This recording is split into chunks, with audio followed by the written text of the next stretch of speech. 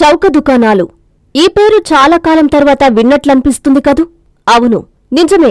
కూటమి ప్రభుత్వం అధికారంలోకి వచ్చిన తర్వాత రేషన్ సరుకుల పంపిణీ వ్యవస్థలో సమకాలీన మార్పులు చేస్తూ పాత విధానానికి శ్రీకారం చుట్టింది. ఇందుకు ప్రత్యేక దృష్టి సారించి సరుకుల పంపిణీలో ఎలాంటి అవకతవకలకు పాల్పడకుండా చర్యలు తీసుకున్నారు. ఎండియు వ్యవస్థను రద్దు చేసి తిరిగి జూన్ నుంచి చౌక దుకాణాల ద్వారా సరుకులు పంపిణీకి కూటమి ప్రభుత్వం శ్రీకారం చుట్టింది. ఈ మేరకు ఆయా మండలాల తహసీల్దార్లకు ప్రభుత్వం దిశానిర్దేశం చేసింది. తిరుపతి జిల్లా సూలూరుపేట పట్టణంలోని ఎంపీడీఓ కార్యాలయం నందు తహసీల్దార్ నరసింహారావు బుధవారం రేషన్ డీలర్లతో ప్రత్యేక సమావేశం ఏర్పాటు చేశారు. ఈ సందర్భంగా తహసీల్దార్ నరసింహారావు మాట్లాడుతూ పాత పద్ధతిలో నిత్యావసర సరుకులు పంపిణీ చేయాలని ప్రభుత్వం ఆదేశించిందని తెలిపారు. ప్రభుత్వ మార్గదర్శకాలను పాటిస్తూ చౌక దుకాణాల వద్ద సరుకుల వివరాలు తెలిపే పట్టికను ఏర్పాటు చేయాలన్నారు. అవకతవకలకు పాల్పడితే కఠిన చర్యలు ఉంటాయని హెచ్చరించారు.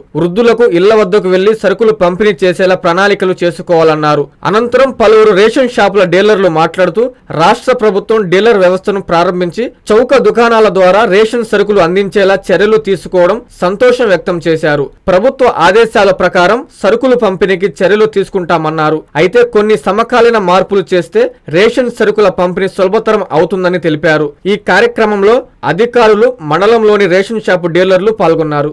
అందరికీ నమస్కారం. ఏపీ ప్రభుత్వం రేషన్ పంపిణీ గురించి కొన్ని కీలక నిర్ణయాలు తీసుకుంది. అందులో భాగంగా పంపిణీకి సంబంధించిన వాహనాలని ఇక నుంచి రేషన్ షాప్లోనే మనకు రేషన్ డిస్ట్రిబ్యూషన్ జరగాలని చెప్పి తెలియజేసింది. కాబట్టి ఆ విధంగానే ఈరోజు డీలర్స్ అందరూ మీటింగ్ తీసుకొని వాళ్ళందరికీ ఇన్స్ట్రక్షన్స్ ఇవ్వడం జరిగింది. ప్రతి ఒక్క లబ్ధిదారులకి ఇక నుంచి రేషన్ షాప్లోనే మనం రేషన్ ఇవ్వడం జరుగుతుంది. ఎటువంటి లబ్ధిదారులకి రేషన్ అందకుండా ఉన్నాయో ప్రీవియస్గా అంతా లిస్ట్ చేసుకొని లిస్టు ప్రకారమే ఈ రిజిస్టర్ ప్రకారమే ఖచ్చితంగా ప్రతి లబ్ధిదారునికి రేషన్ డిస్ట్రిబ్యూషన్ జరగాలని చెప్పి, మరియు 60 సంవత్సరాలు దాటిన వాళ్ళు ప్లస్ వికలాంగులందరికీ ఇంటికి వెళ్ళి సరఫరా చేయాలని చెప్పి తెలియజేశాము. ఈ ఎక్కడైనటువంటి దీన్ని ప్రభుత్వం ఇచ్చిన ఆదేశాలు మీరి ప్రవర్తిస్తే వాళ్ళ మీద క్రిమినల్ కేసు బుక్ చేయడము, వాళ్ళ మీద చర్యలు తీసుకోవడం జరుగుతుందని తెలియజేశాము. ప్రతి రేషన్ డీలరు వాళ్ళకు వచ్చిన స్టాక్స్ కానీ వాళ్ళ పరిసరాలను కానీ ఖచ్చితంగా పరిశుభ్రంగా ఉంచుకొని ఎప్పటికప్పుడు మాకు తెలియజేయాలని ఇన్స్ట్రక్షన్స్ కూడా ఇవ్వడం జరిగింది. ఏదైనా మిషన్స్ కానీ ఏవైనా కానీ ప్రాబ్లమ్స్ ఉన్నా కానీ ఇమీడియట్గా ఈ 4 daysలో క్లియర్ చేసుకోమని చెప్పి తెలియజేశాము. మరియు మేము మంత్లీ 4-5 times వెళ్ళి ఇన్స్పెక్షన్ చేయడం జరుగుతుంది. దాని అనుగుణంగా డిఎస్ఓ గారు కూడా కొన్ని షాప్స్ కూడా విజిట్ చేస్తారు.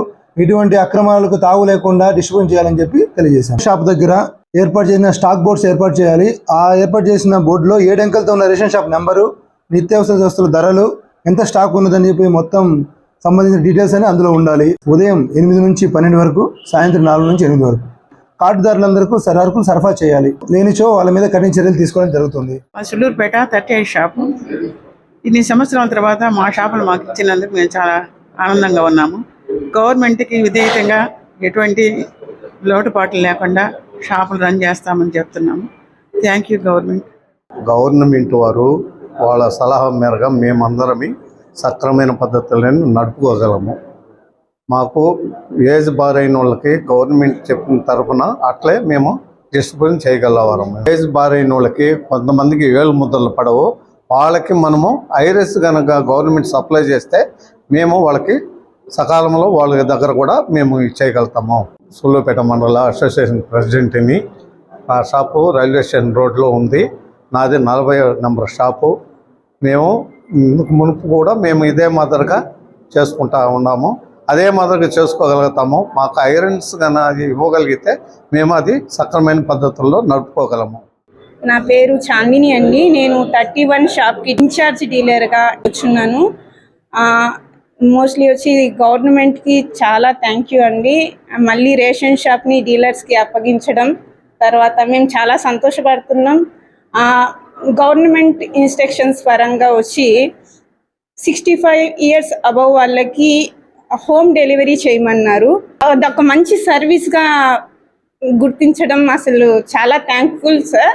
తర్వాత వచ్చి చాలామందికి ఏజ్ అయిన వాళ్ళకు వచ్చి థమ్స్ అనేవి వాళ్ళకి పడవు. వాళ్ళకు వచ్చి ఐరిస్ అనేది ప్రభుత్వం కేటాయిస్తే బాగుంటుంది.